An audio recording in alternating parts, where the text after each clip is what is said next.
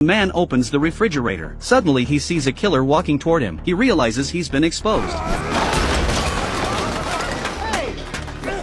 He grabs a can and throws it at the killer. Then he kicks him down to the ground. Dan then picks up some diapers. Under everyone's shocked stares, he walks to the front counter to check out. As a former top assassin, Dan knows the danger isn't over yet. After getting home, under the stairs, he pulls out a duffel bag. Inside are weapons and expired passports. To get his family out of danger, Dan calls his partner Augie, asking him to prepare passports for his family. Meanwhile, Dan rushes to his daughter's school, wanting to pick up his daughter. Soon Dan finds his daughter and leaves with her. Before the killers can find him, he still needs to find his son and wife. Fortunately, his son is at a friend's house playing games. Dan takes both kids and starts looking for his wife Jessica, but halfway there, Dan notices a car following them. He drives into a tunnel, wanting to test if it's the killers. The car doesn't follow them. Dan breathes a sigh of relief. He finds his wife and tells the kids they're going on a trip. He urges his wife to get in the car quickly, but the killers have arrived too, wanting to kill them all. Just then, a bus happens to pass by. Dan disappears behind it. When the killer reaches the garage, Dan starts the car and drives toward another route, but they haven't gone far when the killer catches up from behind. Dan makes a sharp turn at the intersection, into a narrow alley.